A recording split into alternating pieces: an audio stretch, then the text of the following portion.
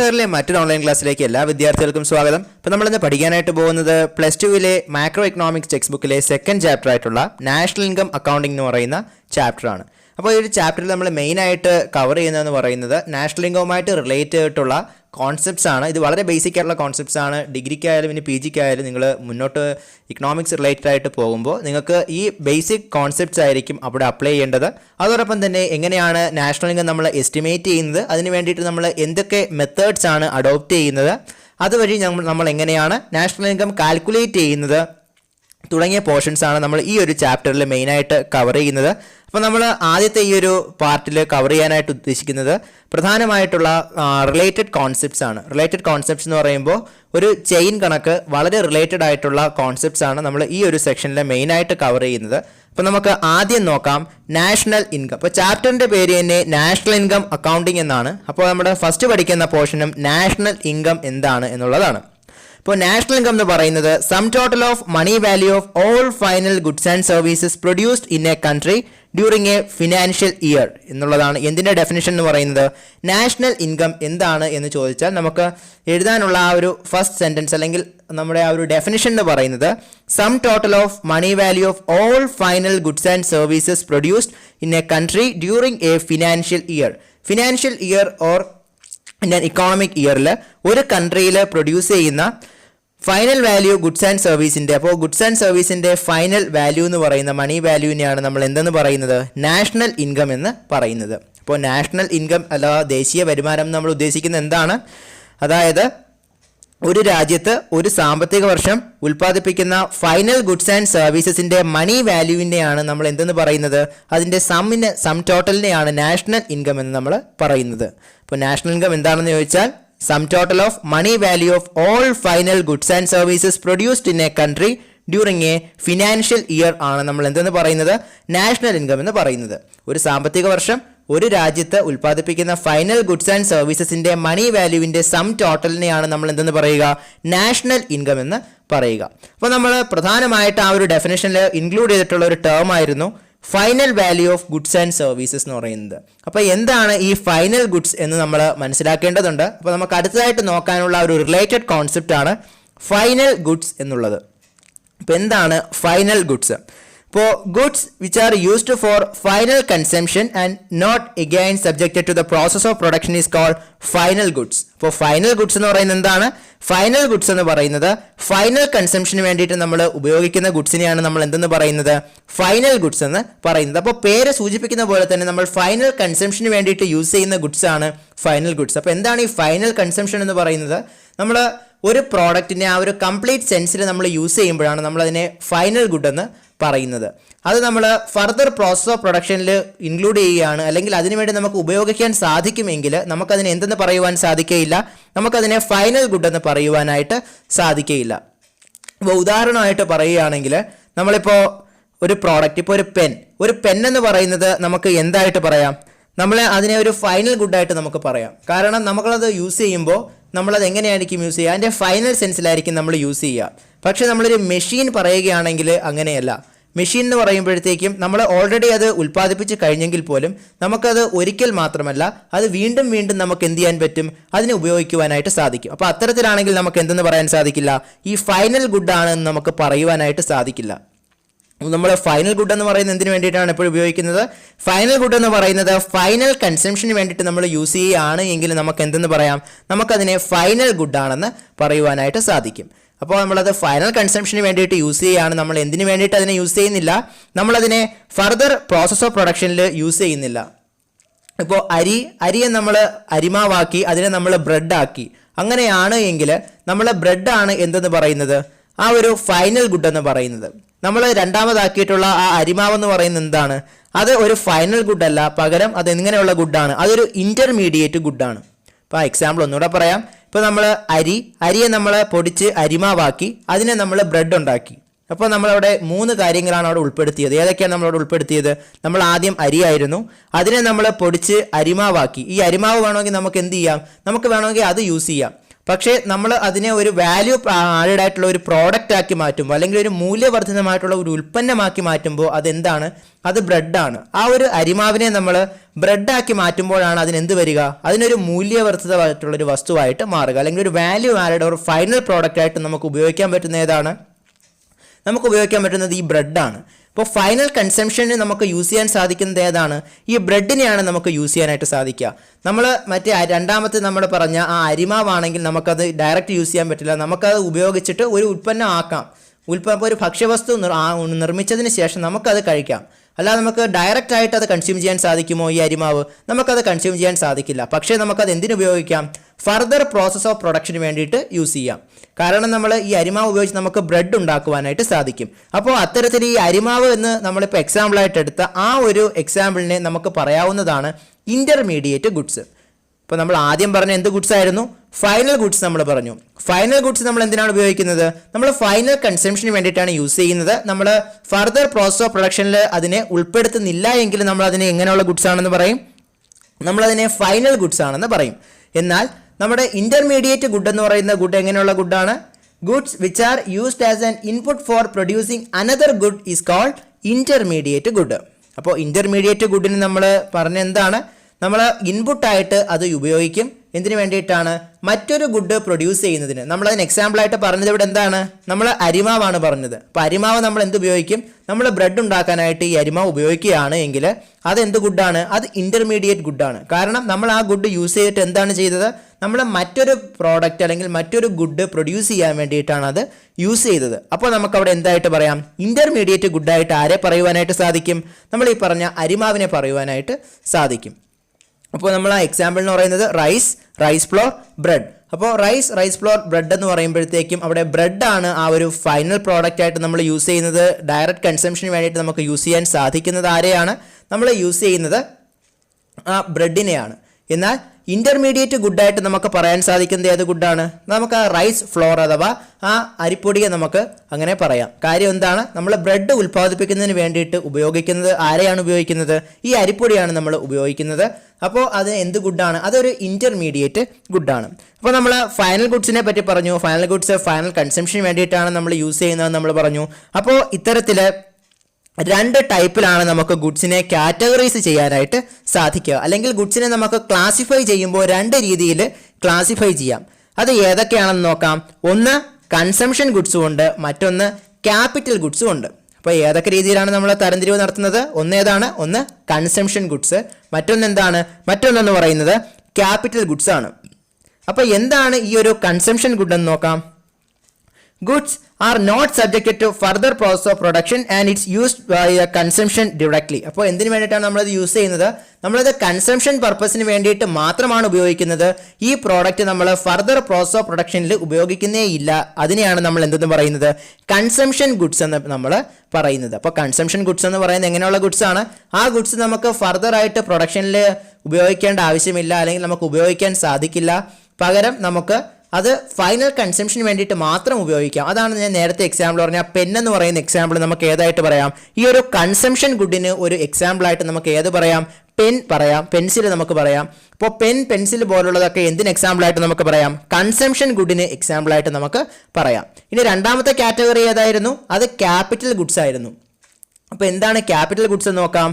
Goods once produced and which can be used again for production are called capital goods. ഇപ്പോൾ capital goods എന്ന് പറയുമ്പോൾ ആ goods നമ്മൾ ഒരിക്കൽ പ്രൊഡ്യൂസ് ചെയ്ത് കഴിഞ്ഞാൽ നമുക്ക് അത് വീണ്ടും ആ പ്രൊഡക്ഷൻ പ്രോസസ്സിൽ ഉപയോഗിക്കുവാനായിട്ട് സാധിക്കും. അതെങ്ങനെയാണെന്ന് വെച്ചാൽ നമ്മൾ ആദ്യം ഉൽപ്പാദിപ്പിച്ച ആ വസ്തു ഉപയോഗിച്ചിട്ട് നമുക്ക് വീണ്ടും പ്രോഡക്ട്സിനെ പ്രൊഡ്യൂസ് ചെയ്യാൻ അല്ലെങ്കിൽ ഗുഡ്സിനെ പ്രൊഡ്യൂസ് ചെയ്യുവാനായിട്ട് സാധിക്കും. അങ്ങനെയുള്ളതിനെയാണ് നമ്മൾ എന്തെന്ന് പറയുന്നത്? ക്യാപിറ്റൽ ഗുഡ്സ് എന്ന് പറയുന്നത്. കൺസംഷൻ ഗുഡ്സും ക്യാപിറ്റൽ ഗുഡ്സും തമ്മിലുള്ള ആ ഒരു ഡിഫറൻസിയേഷൻ അല്ലെങ്കിൽ ഡിഫറൻസ് എന്താണെന്ന് വെച്ചാൽ കൺസംഷൻ ഗുഡ്സ് നമുക്ക് ഡയറക്റ്റ് കൺസ്യൂം ചെയ്യാനായിട്ട് നമുക്ക് ഉപയോഗിക്കാം. എന്നാൽ ക്യാപിറ്റൽ ഗുഡ്സ് എന്ന് പറയുന്നത് ആ ഗുഡ്സ് യൂസ് ചെയ്തിട്ട് നമുക്ക് എന്ത് ചെയ്യാം, വീണ്ടും പ്രോഡക്ട്സ് പ്രൊഡ്യൂസ് ചെയ്യാനായിട്ട് സാധിക്കും. നമ്മൾ ക്യാപിറ്റൽ ഗുഡ്സിന് എക്സാമ്പിൾസ് നോക്കുകയാണെങ്കിൽ നമുക്ക് മെഷീൻസ് പറയാം, അതായത് യന്ത്രങ്ങൾ. നമ്മൾ ഒരു പ്രൊഡക്ഷൻ യൂണിറ്റിൽ അല്ലെങ്കിൽ ഒരു ഫാക്ടറിയിൽ ഉപയോഗിക്കുന്ന യന്ത്രങ്ങൾ നമ്മൾ ഒരിക്കൽ ഉൽപ്പാദിപ്പിച്ച് കഴിഞ്ഞാൽ ആ യന്ത്രങ്ങൾ ഉപയോഗിച്ച് നമുക്ക് എന്ത് ചെയ്യാം, വീണ്ടും വീണ്ടും ഉൽപ്പന്നങ്ങൾ നിർമ്മിച്ചുകൊണ്ടേയിരിക്കാം. അതോടൊപ്പം തന്നെ ഒരു ബിൽഡിങ്, ഈ ഫാക്ടറി ഉൾക്കൊള്ളുന്ന ആ ഒരു ആ ബിൽഡിങ് നമ്മൾ ഒരിക്കൽ നിർമ്മിച്ചു കഴിഞ്ഞാൽ നമുക്ക് എന്ത് ചെയ്യാം, ആ ബിൽഡിങ്ങിനുള്ളിൽ വെച്ച് വീണ്ടും വീണ്ടും എന്ത് ഉൽപ്പാദിപ്പിക്കുവാനായിട്ട് സാധിക്കും, നമ്മുടെ ഉൽപ്പന്നം ഉൽപ്പാദിപ്പിക്കുവാനായിട്ട് നമുക്ക് സാധിക്കും. അപ്പോൾ ക്യാപിറ്റൽ ഗുഡ്സ് എന്ന് പറയുന്നത് എങ്ങനെയുള്ള ഗുഡ്സ് ആണ്? ക്യാപിറ്റൽ ഗുഡ്സ് എന്ന് പറയുന്നത് ഡ്യൂറബിൾ ആയിട്ടുള്ള ഗുഡ്സ് ആണ് എന്ന് പറയുന്നത്. ക്യാപിറ്റൽ ഗുഡ്സ് എന്ന് പറയുന്നത് ഏതുമായിട്ട് താരതമ്യം ചെയ്യുമ്പോൾ, കൺസ്യൂമർ ഗുഡ്സുമായിട്ട് താരതമ്യം ചെയ്യുമ്പോൾ ഡ്യൂറബിൾ ആയിട്ടുള്ള ഗുഡ്സ് ആണ് എന്ന് പറയുന്നത് ക്യാപിറ്റൽ ഗുഡ്സ് എന്ന് പറയുന്നത്. അതോടൊപ്പം തന്നെ ക്യാപിറ്റൽ ഗുഡ്സ് ഉപയോഗിച്ചിട്ട് നമുക്ക് വീണ്ടും എന്ത് ചെയ്യാൻ പറ്റും, നമുക്ക് പ്രോഡക്ട്സ് പ്രൊഡ്യൂസ് ചെയ്യാനായിട്ട് സാധിക്കും. എന്നാൽ കൺസ്യൂമർ ഗുഡ്സ് ആകുമ്പോൾ എങ്ങനെയുള്ളവയാണ്, അത് ഡ്യൂറബിൾ അല്ല, പക്ഷേ എന്താണ്, അത് പെരിഷബിൾ ആയിട്ടുള്ള ഗുഡ്സ് ആണ്. നമുക്കത് ഫൈനൽ കൺസംഷന് വേണ്ടി മാത്രമേ എന്ത് ചെയ്യാൻ പറ്റുള്ളൂ, ഉപയോഗിക്കുവാനായിട്ട് പറ്റുള്ളൂ. നമുക്കത് മറ്റ് പ്രൊഡക്ഷൻ യൂണിറ്റ്സിൽ അല്ലെങ്കിൽ പ്രൊഡക്ഷൻ പർപ്പസിൽ അല്ലെങ്കിൽ പ്രൊഡക്ഷൻ പ്രോസസ്സിൽ യൂസ് ചെയ്യാനായിട്ട് സാധിക്കില്ല. ഫൈനൽ കൺസംഷൻ എന്ന് പറയുന്ന ആ ഒരു ഒറ്റ ഒബ്ജക്റ്റീവ് മാത്രമേ എന്തിന് പുറകിലുള്ളൂ, നമ്മൾ ഈ പറഞ്ഞ കൺസംഷൻ ഗുഡ്സിന് പുറകിൽ ഉള്ളൂ. ഇനി നമുക്ക് അടുത്തതായിട്ട് നോക്കാനുള്ളതാണ് എന്താണ് ഇൻവെസ്റ്റ്മെന്റ് എന്ന് പറയുന്നത്. അപ്പോൾ ഇൻവെസ്റ്റ്മെന്റ് എന്ന് പറയുമ്പോൾ നമ്മുടെ മനസ്സിലേക്ക് ആദ്യം ഓടിയെത്തേണ്ടത് ക്യാപിറ്റൽ ഫോർമേഷൻ ആണ്.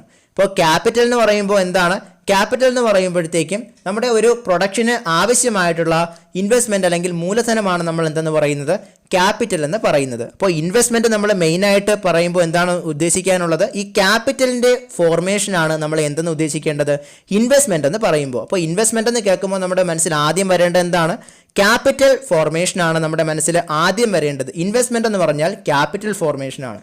അതായത് നമ്മുടെ എക്സിസ്റ്റിംഗ് ആയിട്ടുള്ള ക്യാപിറ്റലിലേക്ക് നമ്മൾ പുതുതായിട്ട് ക്യാപിറ്റലിനെ നമ്മൾ ആഡ് ചെയ്തുകൊണ്ടിരിക്കുന്നതാണ് നമ്മൾ എന്തെന്ന് പറയുന്നത്, ഇൻവെസ്റ്റ്മെന്റ് എന്ന് പറയുന്ന ആ ഒരു പ്രോസസ്സ് എന്ന് പറയുന്നത്. നമുക്ക് ഓൾറെഡി എന്തുണ്ട്, ക്യാപിറ്റൽ ഉണ്ട്. അപ്പോൾ ഈ ഉള്ള ക്യാപിറ്റലിലേക്ക് നമ്മൾ പുതുതായിട്ട് എന്ത് ചെയ്യുന്നുണ്ട്, അഡിഷൻസ് വരുത്തുന്നുണ്ട്, അതായത് കൂട്ടിച്ചേർക്കലുകൾ വരുത്തുന്നുണ്ട്. ഈ ഒരു പ്രോസസ്സാണ് എന്തെന്ന് പറയുന്നത്, നമ്മുടെ ഇൻവെസ്റ്റ്മെന്റ് എന്ന് പറയുന്നത്. അപ്പോൾ ഇൻവെസ്റ്റ്മെന്റ് എന്ന് പറയുമ്പോൾ എന്താണ്, ഇൻവെസ്റ്റ്മെന്റ് എന്ന് പറയുന്നത് ക്യാപിറ്റൽ ഫോർമേഷൻ ആണ്.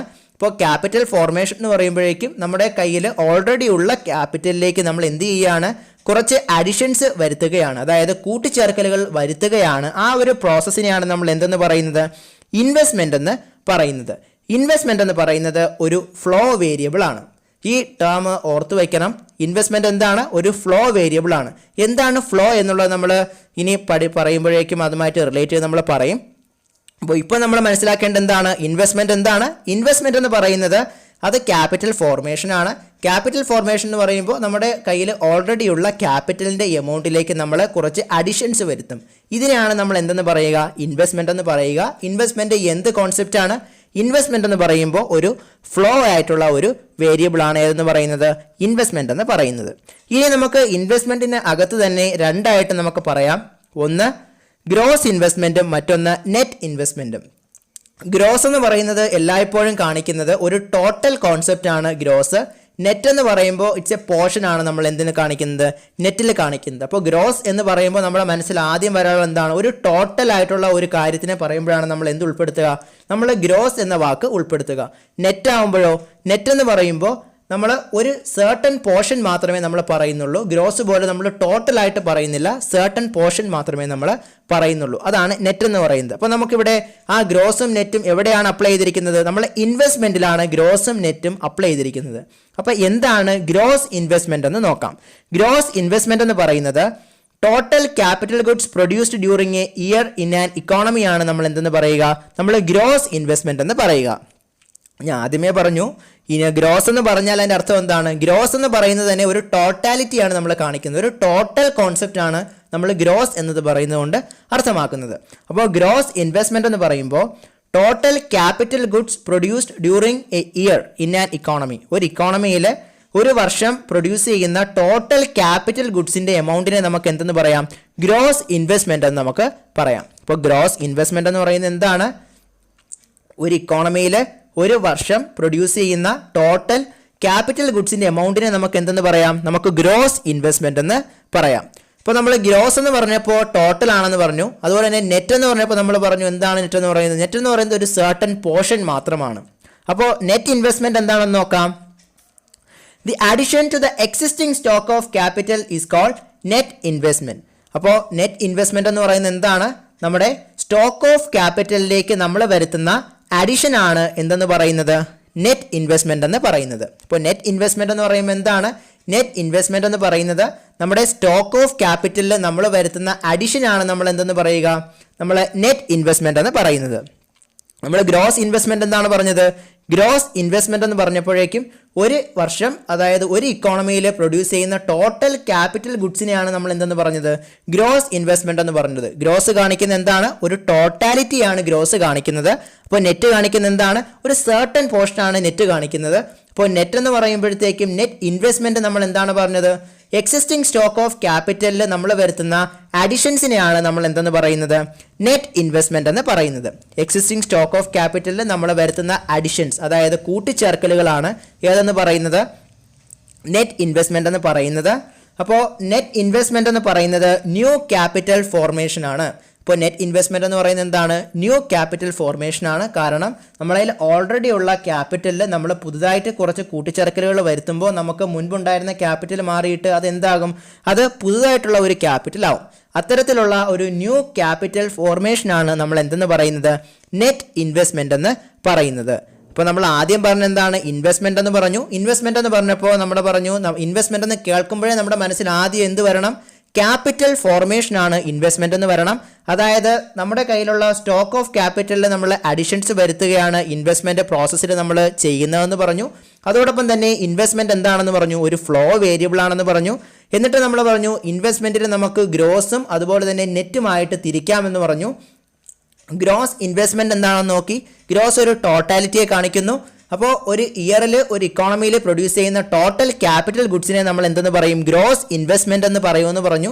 അത് കഴിഞ്ഞ് നെറ്റ് ഇൻവെസ്റ്റ്മെന്റ് എന്താണെന്ന് നോക്കി. നെറ്റ് ഇൻവെസ്റ്റ്മെന്റ് എന്ന് പറഞ്ഞപ്പോൾ എന്താണ് സംഭവിച്ചത്? അതായത് നമ്മുടെ എക്സിസ്റ്റിംഗ് സ്റ്റോക്ക് ഓഫ് ക്യാപിറ്റലിൽ നമ്മൾ വരുത്തുന്ന അഡിഷൻസ് ആണ് എന്തെന്ന് പറയുന്നത്? നെറ്റ് ഇൻവെസ്റ്റ്മെന്റ് എന്ന് പറയുന്നതെന്ന് പറഞ്ഞു. അപ്പോൾ നെറ്റ് ഇൻവെസ്റ്റ്മെന്റ് എന്ന് പറയുന്നത് എന്താണ്? ന്യൂ ക്യാപിറ്റൽ ഫോർമേഷൻ ആണ്. അതായത് നമ്മുടെ ഓൾറെഡി ഉള്ള ക്യാപിറ്റലിൽ നമ്മൾ പുതുതായിട്ട് നടത്തിയിട്ടുള്ള ആഡിഷൻസ് ആണ് എന്തിന് ക്രിയേറ്റ് ചെയ്തത്? നെറ്റ് ഇൻവെസ്റ്റ്മെന്റ് എന്ന രീതിയിലായിട്ട് മാറിയത്. അപ്പോൾ നെറ്റ് ഇൻവെസ്റ്റ്മെന്റ് എന്ന് പറയുന്നതിനെ നമുക്ക് കാൽക്കുലേറ്റ് ചെയ്യുന്നതിന് ഒരു ഫോർമുലയുണ്ട്. സിമ്പിൾ ആയിട്ടുള്ളൊരു ഫോർമുലയാണ്. ആ ഫോർമുല ഇതാണ്: ഗ്രോസ് ഇൻവെസ്റ്റ്മെന്റ് മൈനസ് ഡിപ്രീസിയേഷൻ ആണ് എന്തെന്ന് പറയുന്നത്? നെറ്റ് ഇൻവെസ്റ്റ്മെന്റ് എന്ന് പറയുന്നത്. അപ്പോൾ ഇത്രയേ ഉള്ളൂ. അപ്പോൾ നമ്മൾ നെറ്റ് ഇൻവെസ്റ്റ്മെന്റ് പറഞ്ഞു. നെറ്റ് ഇൻവെസ്റ്റ്മെന്റ് എന്ന് പറയുമ്പോൾ എന്താണ്? നെറ്റ് എന്ന് പറയുന്നതിന് എന്താണ് കാണിക്കുന്നതെന്ന് പറഞ്ഞു? ഒരു സർട്ടൺ പോർഷൻ ആണ് നെറ്റ് എന്ന് പറയുന്നതുകൊണ്ട് നമ്മൾ ഉദ്ദേശിക്കുന്നതെന്ന് പറഞ്ഞു. അപ്പോൾ നെറ്റ് ഇൻവെസ്റ്റ്മെന്റ് എന്ന് എന്താണെന്ന് നമ്മൾ പറഞ്ഞപ്പോൾ നമ്മൾ പറഞ്ഞു നമ്മുടെ ഓൾറെഡി ഉള്ള സ്റ്റോക്ക് ഓഫ് ക്യാപിറ്റലിലേക്ക് നമ്മൾ വരുത്തുന്ന അഡിഷൻസ് ആണ് എന്തെന്ന് പറയുന്നത്? നെറ്റ് ഇൻവെസ്റ്റ്മെന്റ് എന്ന് പറയുന്നതെന്ന് പറഞ്ഞു. അപ്പോൾ ഈ ഒരു നെറ്റ് ഇൻവെസ്റ്റ്മെന്റ് കാൽക്കുലേറ്റ് ചെയ്യുന്നതിന് നമുക്ക് ഒരു ഇക്വേഷൻ ഉണ്ട്. ആ ഇക്വേഷൻ എന്തായിരുന്നു? Gross investment. ഗ്രോസ് എന്ന് പറയുമ്പോൾ പറഞ്ഞു ഒരു ടോട്ടാലിറ്റി ആണ്, ഒരു ടോട്ടൽ കോൺസെപ്റ്റ് ആണ്. ഒരു ഇക്കോണമിയിൽ ഒരു വർഷം പ്രൊഡ്യൂസ് ചെയ്യുന്ന ടോട്ടൽ ക്യാപിറ്റൽ ഗുഡ്സിനെയാണ് നമ്മൾ എന്തെന്ന് പറയുന്നത്? ഈ ഗ്രോസ് ഇൻവെസ്റ്റ്മെന്റ് എന്ന് പറയുന്നതെന്ന് പറഞ്ഞു. അപ്പോൾ ഗ്രോസ് ഇൻവെസ്റ്റ്മെന്റിൽ നിന്ന് നമ്മൾ എന്തിന് കുറയ്ക്കണം? ഡിപ്രീസിയേഷൻ കുറയ്ക്കുമ്പോൾ നമുക്ക് എന്ത് കിട്ടും? നെറ്റ് ഇൻവെസ്റ്റ്മെന്റ് കിട്ടും. അപ്പോൾ നെറ്റ് ഇൻവെസ്റ്റ്മെന്റ് എങ്ങനെ കാൽക്കുലേറ്റ് ചെയ്യാൻ പറ്റും? ഗ്രോസ് ഇൻവെസ്റ്റ്മെന്റിൽ നിന്നും ഡിപ്രീസിയേഷൻ കുറയ്ക്കുമ്പോൾ നമുക്ക് എന്ത് കിട്ടും? നെറ്റ് ഇൻവെസ്റ്റ്മെന്റ് കിട്ടും. അപ്പോൾ നമ്മുടെ ഉള്ളിൽ വരുന്ന ഒരു ചോദ്യമാണ് എന്താണ് ഈ ഒരു ഡിപ്രീസിയേഷൻ എന്ന് പറയുന്നത്? പറയാം. ഇപ്പോൾ ഡിപ്രീസിയേഷൻ എന്ന് പറയുമ്പോഴേക്കും the loss of value of fixed assets due to the wear and tear of capital is called depreciation. അപ്പോൾ എന്താണ് ഡിപ്രീസിയേഷൻ എന്ന് പറയുന്നത്? Loss of value of fixed assets, അതായത് നമ്മുടെ ഫിക്സഡ് ആയിട്ടുള്ള അസറ്റ്സ്. ഫിക്സഡ് ആയിട്ടുള്ള അസറ്റ് എന്ന് നമ്മൾ പറയുന്നത് നമ്മൾ നേരത്തെ പറഞ്ഞ ക്യാപിറ്റൽ ഗുഡ്സിന് നമ്മൾ പറഞ്ഞിട്ടുള്ള ബിൽഡിങ്സ്, മെഷീനറി, ഇതിനെയൊക്കെ നമുക്ക് എങ്ങനെയുള്ള അസറ്റ്സ് ആണെന്ന് പറയാം? ഫിക്സഡ് ആയിട്ടുള്ള അസറ്റ്സ് ആണെന്ന് പറയാം. കാര്യം എന്താണ്? നമുക്ക് അത് ഉപയോഗിച്ചിട്ട് കൂടുതൽ പ്രൊഡക്ഷൻ നടത്തുവാനായിട്ട് സാധിക്കും. അപ്പോൾ ഇത്തരത്തിലുള്ള ഫിക്സഡ് ആയിട്ടുള്ള അസറ്റ്സിൻ്റെ വാല്യൂവിൽ എന്ത് വരും? കുറവ് വരും. അതെങ്ങനെയാണ് അതിൻ്റെ വാല്യൂ കുറയുന്നത്? കാരണം നമ്മൾ ഒരിക്കൽ ആ സംഭവം ഉൽപ്പാദിപ്പിച്ച് കഴിഞ്ഞാൽ, ഇപ്പോൾ മെഷീനറി ആണെങ്കിൽ നമ്മൾ ഒരിക്കൽ ഉൽപ്പാദിപ്പിച്ച് കഴിഞ്ഞാൽ നമുക്കത് ഉപയോഗിച്ചിട്ട് കൂടുതൽ ഉൽപ്പന്നങ്ങൾ ഉണ്ടാക്കുവാനായിട്ട് സാധിക്കും. അങ്ങനെയാണ് നമ്മൾ ഫിക്സഡ് ആയിട്ടുള്ള ഒരു അസറ്റായിട്ട് എന്തിനെ കൺസിഡർ ചെയ്യുന്നത്? ഈ ബിൽഡിങ്സ്, മെഷീൻസ് ഒക്കെ നമ്മൾ കൺസിഡർ ചെയ്യുന്നത് ഒരു ഫിക്സഡ് അസറ്റായിട്ട് കൺസിഡർ ചെയ്യുന്നതിനുള്ള കാര്യം തന്നെ അതാണ്. പക്ഷേ എങ്ങനെയാണ് ഇതിൻ്റെ ആ ഒരു വാല്യൂവിൽ ഒരു ലോസ് സംഭവിക്കുക?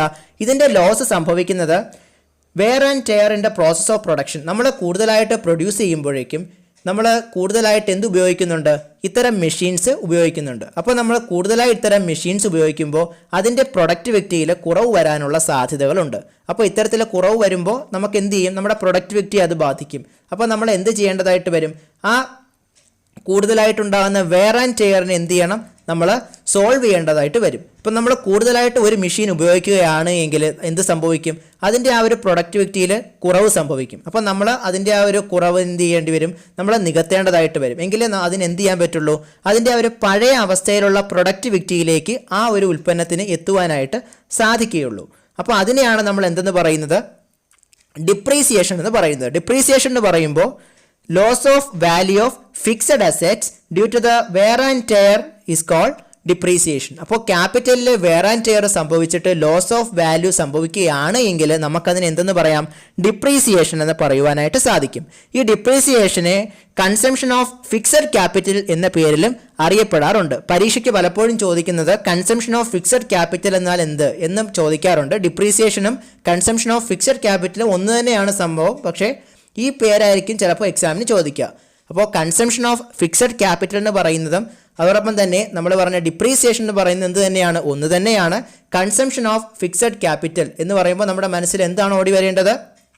Loss of value of fixed asset due to wear and tear in the process of production. Process of പ്രൊഡക്ഷനിൽ വെയർ ആൻഡ് ടയർ സംഭവിച്ചതിൻ്റെ ഫലമായിട്ട് നമ്മുടെ ഫിക്സഡ് അസെറ്റ്സിൻ്റെ വാല്യൂ എന്ത് ചെയ്യുന്നു? ഒരു ലോസിനെ ഫേസ് ചെയ്യുന്നു. അതിനെയാണ് നമ്മൾ എന്തെന്ന് പറയുന്നത്? ഡിപ്രീസിയേഷൻ എന്ന് പറയുന്നത്. നമ്മളതിന് എക്സാമ്പിളായിട്ട് പറഞ്ഞ എന്താണ്? ഒരു മെഷീൻ ഒരു ഫിക്സഡ് അസറ്റായിട്ട് നമുക്ക് കൺസിഡർ ചെയ്യാം. കാര്യം എന്താണ്? ഒരു മെഷീൻ നമ്മൾ ഓൾറെഡി ഉൽപ്പാദിപ്പിച്ച് കഴിഞ്ഞ് നമ്മൾ നമ്മുടെ ആ ഒരു ഫാക്ടറിയിൽ ഇൻസ്റ്റാൾ ചെയ്ത് കഴിഞ്ഞാൽ നമുക്ക് ആ മെഷീൻ ഉപയോഗിച്ച് എന്ത് ചെയ്യാൻ പറ്റും? കൂടുതൽ പ്രോഡക്റ്റ്സ് പ്രൊഡ്യൂസ് ചെയ്യുവാനായിട്ട് സാധിക്കും. ഇങ്ങനെ നമ്മൾ കൂടുതൽ പ്രോഡക്റ്റ്സ് പ്രൊഡ്യൂസ് ചെയ്യുമ്പോഴേക്കും നമ്മൾ കൂടുതലായിട്ട് എന്ത് ഉപയോഗിക്കുന്നുണ്ട്? ഈ മെഷീൻസിനെ പ്രൊഡക്ഷൻ പ്രോസസ്സിൽ ഉപയോഗിക്കുന്നുണ്ട്. അങ്ങനെ നമ്മൾ കൂടുതലായിട്ട് ഉപയോഗിക്കുമ്പോൾ ഈ മെഷീൻ എന്ത് സംഭവിക്കും? വെയർ ആൻഡ് ടയർ സംഭവിക്കും. അതായത് അതിൻ്റെ ആ ഒരു പഴയ പ്രൊഡക്ടിവിറ്റിയിൽ നിന്നും അതിന് അല്പം അകൽച്ച സംഭവിക്കും. അതായത് കൂടുതലായിട്ട് അതിന് ആ പഴയ പ്രൊഡക്ടിവിറ്റിയിൽ പ്രൊഡ്യൂസ് ചെയ്യാൻ സാധിക്കില്ല. അത് പ്രൊഡ്യൂസ് ചെയ്യുന്നുണ്ടെങ്കിൽ പോലും അതിനെപ്പോൾ പ്രൊഡക്ഷൻ്റെ ഫസ്റ്റ് സ്റ്റേജിൽ ആ മെഷീൻ ഉപയോഗിച്ച് നമുക്ക് 30 യൂണിറ്റ് പ്രൊഡ്യൂസ് ചെയ്യാൻ സാധിക്കുമായിരുന്നെങ്കിൽ നമ്മൾ കുറച്ച് സ്റ്റേജസ് കഴിയുമ്പോൾ നമുക്ക് ആദ്യം ഉണ്ടായിരുന്ന അത്രയും പ്രൊഡക്ടിവിറ്റി സാധിക്കില്ല. ചിലപ്പോൾ 15 യൂണിറ്റേ പ്രൊഡ്യൂസ് ചെയ്യാൻ പറ്റൂ. ആദ്യത്തെ സ്റ്റേജിൽ 30 യൂണിറ്റ് പറ്റുമായിരുന്നെങ്കിൽ സെക്കൻഡ് സ്റ്റേജ് തേർഡ് സ്റ്റേജ് ആകുമ്പോൾ അതിൻ്റെ ആ ഒരു ഫസ്റ്റ് ഉണ്ടായിരുന്ന 30 എന്നുള്ളത് കുറഞ്ഞ് 25, 20 ആ ഒരു ലെവലിലേക്ക് വരും. അങ്ങനെ വരികയാണെങ്കിൽ അതെന്താണ്? നമ്മുടെ ആ ഒരു വാല്യൂ അല്ലെങ്കിൽ ഫിക്സഡ് അസറ്റിൻ്റെ വാല്യൂ എന്ത് ചെയ്യുകയാണ്? ലോസ് വരികയാണ്, അല്ലെങ്കിൽ അതിൽ കുറവ് വരികയാണ്. ഇതിനാണ് നമ്മൾ എന്തെന്ന് പറയുന്നത്? ഡിപ്രീസിയേഷൻ എന്നുകൊണ്ട് ഉദ്ദേശിക്കുന്നത്. അപ്പോൾ നമ്മൾ നെറ്റ് ഇൻവെസ്റ്റ്മെൻറ്റ് പറഞ്ഞപ്പോഴാണ് നമ്മൾ എന്തിനെക്കുറിച്ച് പറഞ്ഞത്? നമ്മൾ ഡിപ്രീസിയേഷനെ പറ്റി പറഞ്ഞത്. കാര്യം എന്തായിരുന്നു?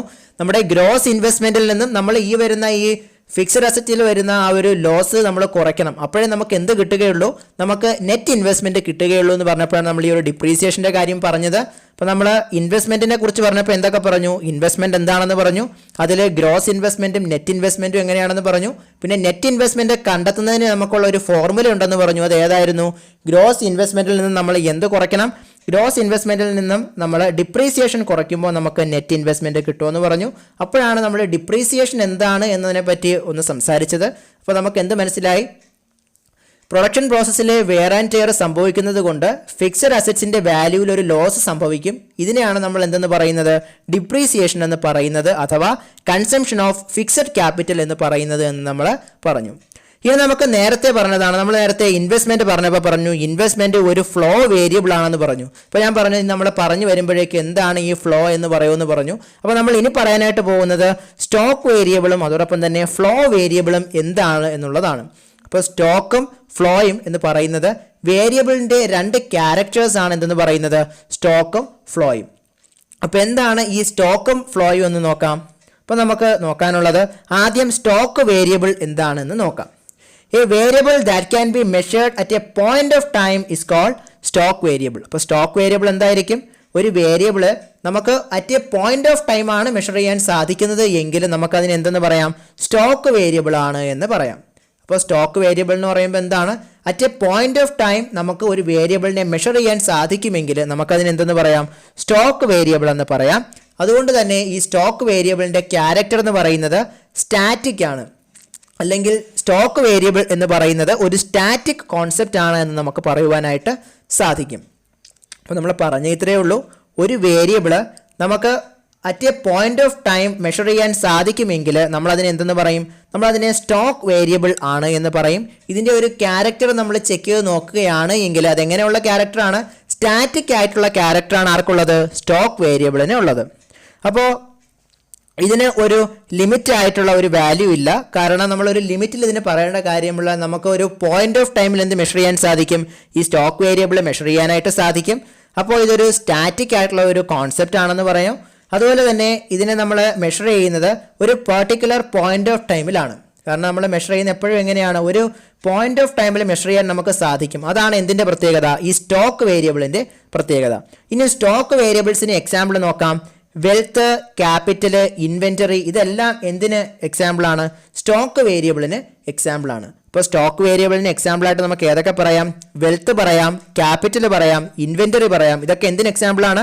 സ്റ്റോക്ക് വേരിയബിളിന് എക്സാമ്പിളായിട്ട് നമുക്ക് പറയുവാൻ സാധിക്കുന്നതാണ്. വെൽത്ത്, ക്യാപിറ്റൽ, ഇൻവെന്ററി, ഇതെല്ലാം നമുക്ക് എന്ത് പറയാം? സ്റ്റോക്ക് വേരിയബിൾ ആണെന്ന് പറയാം. ഇപ്പോൾ സ്റ്റോക്ക് എന്ന് പറയുന്നത് എന്താണ്?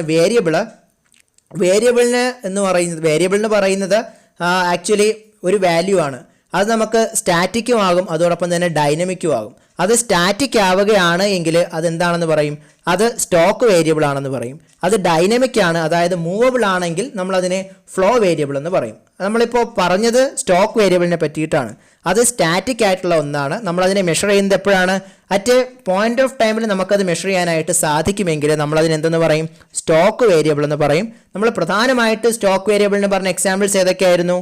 വെൽത്ത് പറഞ്ഞു, ക്യാപിറ്റൽ പറഞ്ഞു, അതോടൊപ്പം തന്നെ നമ്മൾ ഇൻവെന്ററി പറഞ്ഞു. ഇതെല്ലാം എന്തിന് എക്സാമ്പിളാണ്? സ്റ്റോക്ക് വേരിയബിളിന് എക്സാമ്പിളാണ്. നമ്മളിപ്പോൾ ഒരു സിമ്പിളായിട്ട് ഒരു എക്സാമ്പിൾ നോക്കുകയാണെങ്കിൽ വെള്ളം നമ്മളിപ്പോൾ ഒരു ടാങ്കിൽ കെട്ടി നിർത്തിയിരിക്കുന്ന വെള്ളമാണെങ്കിൽ അതെന്താണ്? നമുക്ക് at A point of time നമുക്ക് എന്ത് പറയാം? അതിൽ എത്രത്തോളം വെള്ളം ഉണ്ടെന്ന് നമുക്ക് പറയാം. ഒരു ടാങ്കിലുള്ള വെള്ളം നമുക്കങ്ങനെ പറയുവാനായിട്ട് സാധിക്കും.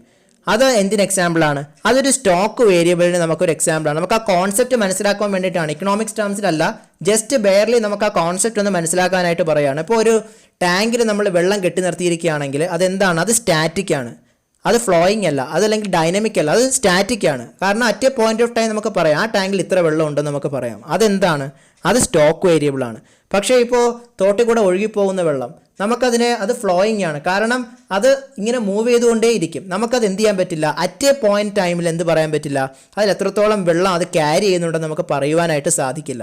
അതാണ് എന്ത് തമ്മിലുള്ള വ്യത്യാസം. ബേസിക്കലി നമ്മൾ പറയുകയാണെങ്കിൽ ഈ സ്റ്റോക്കും ഫ്ലോയും തമ്മിലുള്ളൊരു വ്യത്യാസം അതാണ്. സ്റ്റോക്ക് വേരിയബിൾ നമുക്ക് എന്ത് ചെയ്യാൻ പറ്റും? At A point of time എന്ത് ചെയ്യാൻ പറ്റും? നമുക്ക് മെഷർ ചെയ്യാനായിട്ട് പറ്റും. പക്ഷെ നമുക്ക് ഫ്ലോ വേരിയബിൾ എന്താണെന്ന് നോക്കാം. ഫ്ലോ വേരിയബിൾ ആകുമ്പോൾ നമുക്ക് അത് മെഷർ ചെയ്യണമെങ്കിൽ at A point of time പറ്റില്ല. പക്ഷേ എപ്പോൾ പറ്റും? At A period of time ആണെങ്കിൽ പറ്റും.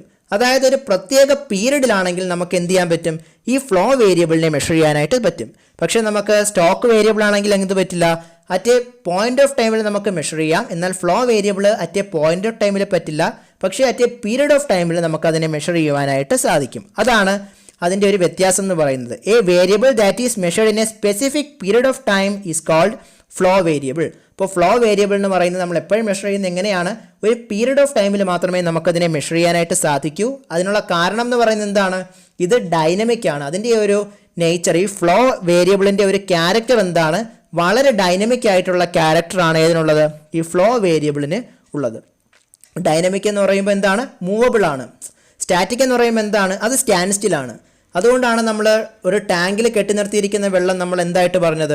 നമ്മൾ അതിനെ ഒരു സ്റ്റോക്കായിട്ട് പറഞ്ഞത്. പക്ഷേ ഫ്ലോ വേരിയബിൾ ആകുമ്പോൾ എന്താണ്? ഫ്ലോ വേരിയബിൾ ആകുമ്പോൾ അത് ഡൈനമിക് ആണ്. നമ്മളതിനെ മെഷർ ചെയ്യുന്ന എപ്പോഴായിരിക്കും? ഒരു പീരീഡ് ഓഫ് ടൈമിലായിരിക്കും നമുക്കതിനെ മെഷർ ചെയ്യാനായിട്ട് സാധിക്കുക. അങ്ങനെയുള്ളപ്പോഴാണ് നമ്മളതിനെ എന്തെന്ന് പറയുന്നത്? ഫ്ലോ വേരിയബിൾ എന്ന് പറയുന്നത്. ഇനി നമുക്ക് ഫ്ലോ വേരിയബിളിനുള്ള പ്രധാനപ്പെട്ട എക്സാമ്പിൾസ് ഒന്ന് നോക്കാം. അതിന് പ്രധാനമായിട്ട് നമുക്ക് പറയുവാൻ സാധിക്കുന്ന എക്സാമ്പിൾസ് എന്ന് പറയുന്നത് കൺസംഷൻ ഉണ്ട്, ഇൻകം ഉണ്ട്, അതുപോലെ തന്നെ ചേഞ്ച് ഇൻ ഇൻവെന്ററി ഉണ്ട്. ചേഞ്ച് ഇൻ ഇൻവെന്ററി നമ്മൾ നേരത്തെ സ്റ്റോക്ക് പറഞ്ഞപ്പോൾ ഏതായിരുന്നു? നമ്മൾ സ്റ്റോക്ക് പറഞ്ഞപ്പോൾ പറഞ്ഞത് ഇൻവെന്ററിയെ പറ്റി പറഞ്ഞു. പക്ഷേ നമ്മൾ ഇപ്പോൾ പറയുന്നത് എന്താണ്? ചേഞ്ച് ഇൻ ഇൻവെന്ററി എന്താണ് എന്ന് പറയുന്നു. അപ്പോൾ ചേഞ്ച് ഇൻ ഇൻവെന്ററി എന്ന് പറയുന്നത് എന്ത് കോൺസെപ്റ്റാണ്? ഒരു ഫ്ലോ വേരിയബിൾ ആണ്. എന്നാൽ ഇൻവെന്ററി എന്ത് കോൺസെപ്റ്റാണ്? അത് സ്റ്റോക്ക് വേരിയബിൾ ആണ്. അപ്പോൾ ഫ്ലോ വേരിയബിളിന് നമ്മൾ പ്രധാനമായിട്ട് പറഞ്ഞ എക്സാമ്പിൾസ് ഏതൊക്കെയാണ്? കൺസംഷൻ ഉണ്ട്, ഇൻകം ഉണ്ട്, അതോടൊപ്പം തന്നെ ചേഞ്ച് ഇൻ ഇൻവെന്ററി നമുക്ക് എന്തായിട്ട് പറയാം? ഒരു ഫ്ലോ വേരിയബിൾ ആയിട്ട് പറയാം. നമ്മൾ സ്റ്റോക്ക് വേരിയബിളിന് എക്സാമ്പിൾ പറഞ്ഞ ഏതൊക്കെയായിരുന്നു? വെൽത്ത്, ക്യാപിറ്റൽ, ഇൻവെന്ററി ഒക്കെ ഏതിന് എക്സാമ്പിൾ ആണ്? സ്റ്റോക്ക് വേരിയബിൾ ആണ്. ഫ്ലോ വേരിയബിളിന് എക്സാമ്പിൾസ് ഏതൊക്കെയാണ് പറയുന്നത്? കൺസംഷൻ, ഇൻകം, അതോടൊപ്പം തന്നെ ചേഞ്ച് ഇൻ ഇൻവെന്ററി നമുക്ക് എന്ത് പറയാം? ഫ്ലോ വേരിയബിളിന് എക്സാമ്പിൾ ആയിട്ട് പറയാം. എക്സാമിന് സ്ഥിരം ചോദിക്കുന്നതാണ്, ഒരു ബോക്സിനകത്ത് ഒരു 5-6 കോൺസെപ്റ്റ്സ് തരും, മിക്സ് ആയിട്ട് തരും. അത് പ്രധാനമായിട്ട് നമ്മൾ നോക്കുകയാണെങ്കിൽ ഇപ്പോൾ wealth, income, consumption, capital, inventory, change in inventory, അതുപോലെ തന്നെ വാട്ടർ ഇൻ റിസർവോയർ അല്ലെങ്കിൽ water in A river or stream, ഇങ്ങനെയൊക്കെ തരും. എന്നിട്ട് അത് നമുക്ക് മെയിനായിട്ട് രണ്ടായിട്ട് നമ്മൾ കാറ്റഗറൈസ് ചെയ്യണമെന്ന് പറയും. ഒന്ന് സ്റ്റോക്ക് വേരിയബിളിൻ്റെ കാറ്റഗറിയും ഒന്ന് ഫ്ലോ വേരിയബിളിൻ്റെ കാറ്റഗറിയും. അപ്പോൾ ഈ ടോട്ടലായിട്ട് തന്നിരിക്കുന്നതിനെ നമ്മൾ എന്ത് ചെയ്യേണ്ടി വരും? രണ്ടായിട്ട് നമ്മൾ ബോക്സ് വരച്ച് എഴുതേണ്ടി വരും. ഇത് എക്സാമിന് സ്ഥിരം ചോദിക്കുന്ന ഒരു റെഗുലർ ടൈപ്പ് ക്വസ്റ്റ്യൻ ആണ്. അപ്പോൾ നമ്മൾ ആദ്യം എന്താണ് സ്റ്റോക്ക് വേരിയബിൾ, എന്താണ് ഫ്ലോ വേരിയബിൾ എന്നുള്ളൊരു ഐഡിയ നമ്മുടെ മനസ്സിൽ വേണം. എന്നാൽ മാത്രമേ നമുക്ക് എന്ത് ചെയ്യാൻ പറ്റുള്ളൂ? ഈ പറയുന്ന കോൺസെപ്റ്റ്സിനെ നമുക്ക് അപ്രോപ്രിയേറ്റ് ആയിട്ടുള്ള ടൈറ്റിലിൽ പ്ലേസ് ചെയ്യാനായിട്ട് പറ്റുള്ളൂ. അപ്പോൾ നമ്മൾ സ്റ്റോക്ക് വേരിയബിളും ഫ്ലോ വേരിയബിളും പറഞ്ഞതാണ് ഇൻവെന്ററി എന്ന് പറയുന്ന ഒരു കോൺസെപ്റ്റ്. അപ്പോൾ എന്താണ് ഇൻവെന്ററി എന്നാണ് നമുക്കിനി അടുത്തതായിട്ട് നോക്കാനുള്ളത്. അപ്പോൾ ഇൻവെന്ററി എന്ന് പറയുമ്പോഴേക്കും quantity of output that a firm could not sold is called inventory. അതായത് അൺസോൾഡ് ഫൈനൽ ഗുഡ്സിനെയാണ് നമ്മൾ എന്തെന്ന് പറയുന്നത്? ഇൻവെന്ററി എന്ന് പൊതുവേ പറയുന്നത്. ഒരു ഫാമിന് ഒരു ഫിനാൻഷ്യൽ ഇയറിൽ വിറ്റുപോകാൻ സാധിക്കാത്ത അൺസോൾഡ് ആയിട്ടുള്ള ഫിനിഷ്ഡ് ഗുഡ്സിനെ നമ്മൾ എന്തെന്ന് പറയും? ഇൻവെന്ററി എന്ന് പറയും. ഇപ്പോൾ അൺസോൾഡ് ആയിട്ടുള്ള ഫിനിഷ്ഡ് ഗുഡ്സോ സെമി ഫിനിഷ്ഡ് ഗുഡ്സോ ആണെങ്കിലും നമ്മൾ എന്തെന്നുള്ള കാറ്റഗറി തന്നെ പെടുത്തും?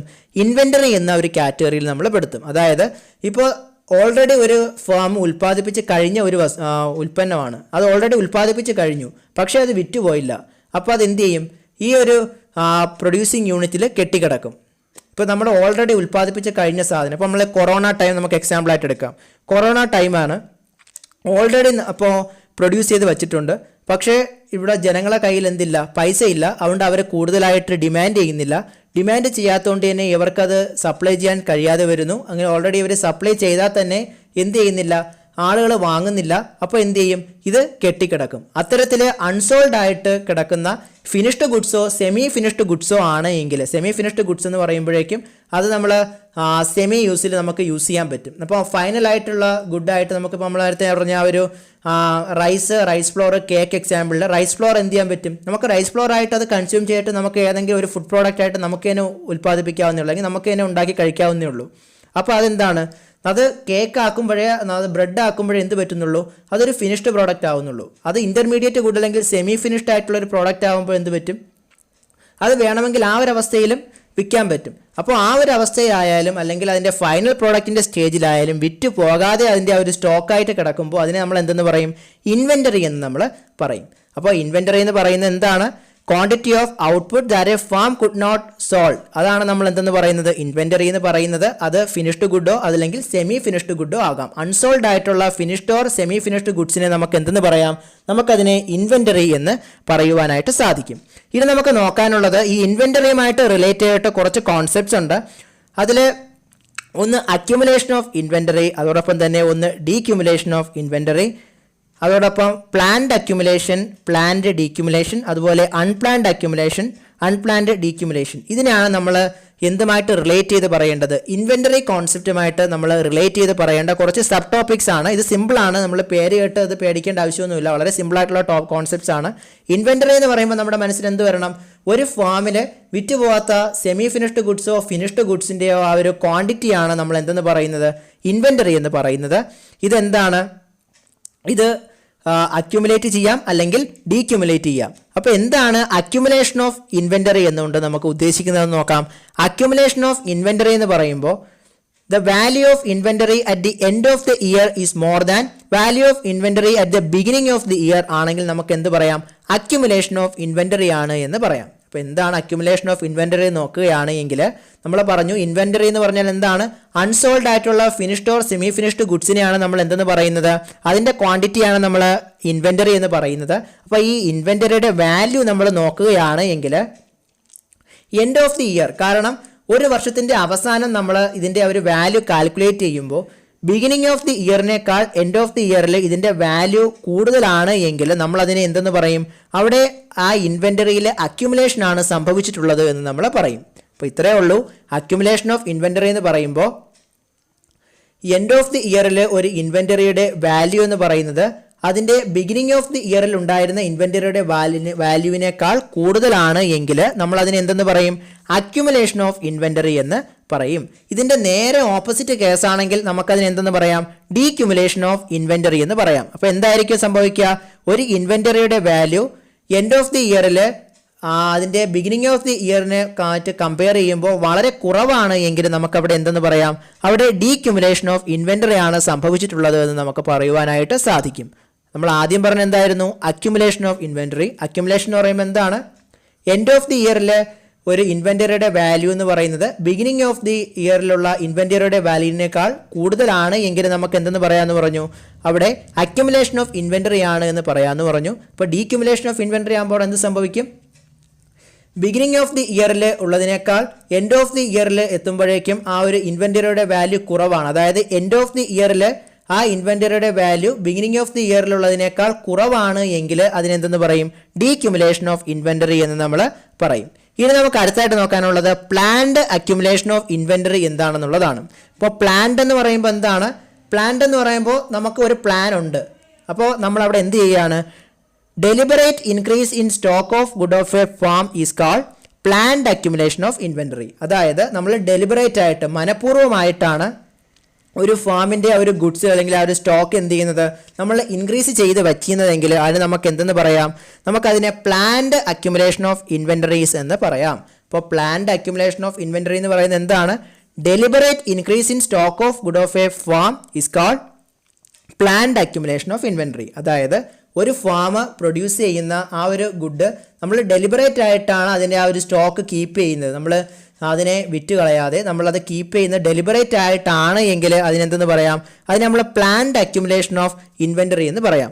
അങ്ങനെ ആരെങ്കിലും ചെയ്യുമോ? ഇപ്പോൾ നമ്മൾ ഒരു ഫാം ഇപ്പോൾ പ്രൊഡ്യൂസ് ചെയ്തു, അല്ലെങ്കിൽ ഒരു പ്രൊഡ്യൂസിങ് യൂണിറ്റ് പ്രോഡക്റ്റ് ഉണ്ടാക്കിയിട്ട് അവർ മനഃപൂർവ്വം വിൽക്കാതെ അവർ കയ്യിൽ വയ്ക്കുമോ? എങ്കിൽ അവർ എന്തിനായിരിക്കും അങ്ങനെ ചെയ്യുന്നത് എന്നൊരു ചോദ്യം നമ്മളെ മനസ്സിൽ വരും. അത് ഇത്രയേ ഉള്ളൂ. നമ്മളത് ചെയ്യുന്നത് മെയിനായിട്ട് കൂടുതലായിട്ട് ജനങ്ങൾ ഒരു പ്രോഡക്റ്റ് ഡിമാൻഡ് ചെയ്യുകയാണെങ്കിൽ നമ്മൾ അതിൻ്റെ സപ്ലൈ കുറയ്ക്കുകയാണ് എങ്കിൽ, നമ്മളിപ്പോൾ പ്രൊഡ്യൂസ് ചെയ്തത് 500 യൂണിറ്റും നമ്മൾ സപ്ലൈ ചെയ്യുന്നത് 200 യൂണിറ്റുമാണ്. അപ്പോൾ അവിടെ 300 യൂണിറ്റിൻ്റെ സപ്ലൈയുടെ ഒരു പ്രശ്നം വരും. അങ്ങനെ സംഭവിക്കുകയാണ് എങ്കിൽ അവിടെ എന്ത് വരാനുള്ള ചാൻസ് ഉണ്ട്? ആ നമ്മൾ ഓൾറെഡി സപ്ലൈ ചെയ്തിട്ടുള്ള ആ ഒരു ഗുഡിൻ്റെ പ്രൈസ് എന്ത് ചെയ്യും?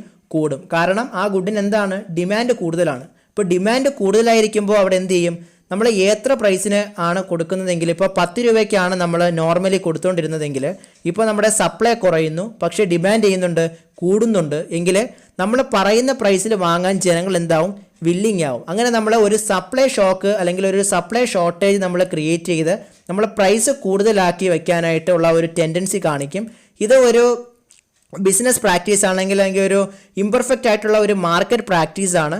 ഇത്തരത്തിൽ നമ്മൾ ഹോർഡിങ് എന്നാണ് ഈ ഒരു പ്രോസസ്സിനെ പറയുക. കാരണം നമ്മൾ മാർക്കറ്റിലേക്ക് പ്രോഡക്ട്സ് കൊണ്ടുവരാതെ നമ്മൾ അതിൻ്റെ സപ്ലൈ ഇല്ല എന്ന് പറഞ്ഞ് നമ്മൾ മെയിനായിട്ട് ഇങ്ങനെ ചെയ്യുന്ന ഈ പ്രോസസ്സ് നമ്മൾ ഹോർഡിങ് എന്ന് പറയും. ഇത് പ്രധാനമായിട്ട് അഗ്രികൾച്ചറൽ പ്രോഡക്ട്സിൻ്റെ കാര്യത്തിലൊക്കെയാണ് മെയിനായിട്ട് ഈ ഹോർഡിങ് പ്രോസസ്സ് നമ്മൾ കാണുന്നത്. അതുകൊണ്ടാണ് പെട്ടെന്ന് ഈ ചില പ്രോഡക്ട്സിൻ്റെയൊക്കെ പ്രൈസ് ഷൂട്ട് ചെയ്യുന്നതൊക്കെ ആയിട്ട് നമ്മൾ കാണുന്നത്. നമ്മൾ സവാളയുടെയൊക്കെ പ്രൈസ് ചിലപ്പോൾ കൃഷിനാശം കാരണം സവാളയുടെയൊക്കെ ഉൽപ്പാദനം കുറഞ്ഞിരിക്കുകയാണ് എങ്കിൽ എന്ത് ചെയ്യും? ഈ മിഡിൽമെൻ ഇതിൻ്റെ സപ്ലൈ അങ്ങ് റെസ്ട്രിക്റ്റ് ചെയ്യും. ഓൾറെഡി അവരേലുള്ള സ്റ്റോക്ക് പോലും അവരെന്ത് ചെയ്യില്ല, അവർ മാർക്കറ്റിൽ ഇറക്കാതെ ഇതിൻ്റെ പ്രൈസ് മാക്സിമം കൂട്ടിയതിന് ശേഷം അവർ സപ്ലൈ ചെയ്ത് പ്രോഫിറ്റ് ഉണ്ടാക്കാനായിട്ടൊരു ശ്രമം നടത്തും. അപ്പോൾ ഇത്തരത്തിലുള്ളതാണ് നമ്മൾ എന്തെന്ന് പറയുന്നത്? പ്ലാൻഡ് ആയിട്ടുള്ള അക്യുമുലേഷൻ ഓഫ് ഇൻവെന്ററി എന്ന് പറയുന്നത്. കാരണം ഡെലിബറേറ്റ് ആയിട്ടാണ് അവർ എന്ത് ചെയ്യുന്നത്? ഇത്തരത്തിൽ ഒരു ഫാമിൻ്റെ ഗുഡ്സിൻ്റെ സ്റ്റോക്ക് എന്ത് ചെയ്യുന്നത്? ഇൻക്രീസ് ചെയ്യുന്നതെങ്കിൽ അതെന്ത് ചെയ്യും? അതാണ് പ്ലാൻഡ് അക്യുമുലേഷൻ ഓഫ് ഇൻവെന്ററി എന്ന് പറയുന്നത്. ഇനി അതിൻ്റെ സെക്കൻഡ് ആയിട്ടുള്ള റിലേറ്റഡ് കോൺസെപ്റ്റ് ആണ് പ്ലാൻഡ് ഡീക്യുമുലേഷൻ ഓഫ് ഇൻവെന്ററി. അപ്പോൾ എന്താണ് planned deaccumulation of inventory? The deliberate decrease in the stock of good of a firm is called planned deaccumulation of inventory. അതായത് ഒരു ഫാമിൻ്റെ പ്രൊഡ്യൂസ് ചെയ്യുന്ന ആ ഒരു സ്റ്റോക്ക് ഓഫ് ഗുഡ്സിൽ നമ്മൾ ഡെലിബറേറ്റ് ആയിട്ട് കുറയ്ക്കുകയാണ്. അത് നമുക്ക് എങ്ങനെ ചെയ്യാൻ പറ്റും? നമ്മുടെ ഇപ്പോൾ സ്റ്റോക്ക് ഇപ്പോൾ വിറ്റ് പോകുന്നില്ല എങ്കിൽ നമ്മൾ അതിനെ വിൽക്കാനായിട്ട് എന്ത് ചെയ്യാം? നമ്മൾ നേരത്തെ പറഞ്ഞതിൻ്റെ ഡയറക്റ്റ് ഓപ്പോസിറ്റ് 10 രൂപയ്ക്ക് കൊടുത്തുകൊണ്ടിരുന്ന സാധനം നമുക്ക് വില കുറച്ച് വിൽക്കാൻ നോക്കാം. അല്ലെങ്കിൽ നമ്മളിപ്പോൾ ആ ഒരു പ്രോഡക്റ്റ് വിറ്റ് പോകുന്നതിന് വേണ്ടിയിട്ട് നമുക്ക് എന്തെങ്കിലും ഓഫർ കൊടുക്കാം, ബൈ 1 get 1 അങ്ങനെ ഒരു ഓഫർ കൊടുക്കാം. അങ്ങനെയൊക്കെ നമ്മൾ ചെയ്യുകയാണെങ്കിൽ നമ്മൾ ഓൾറെഡി പ്രൊഡ്യൂസ് ചെയ്തിരിക്കുന്ന സ്റ്റോക്ക് നമുക്ക് എന്ത് ചെയ്യാൻ പറ്റും?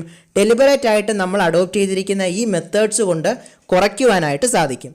കാരണം അത് വിറ്റ് പോകാനായിട്ട് സാധിക്കും. അങ്ങനെയാണെങ്കിൽ നമുക്കതിന് എന്തെന്ന് പറയാം, അതിനെ പ്ലാൻഡ് ഡീക്യുമുലേഷൻ ഓഫ് ഇൻവെൻ്ററി എന്ന് പറയുവാനായിട്ട് സാധിക്കും. നമ്മൾ ആദ്യം പറഞ്ഞത് എന്തായിരുന്നു, അത് പ്ലാൻഡ് അക്യുമുലേഷൻ ഓഫ് ഇൻവെൻ്ററി ആയിരുന്നു.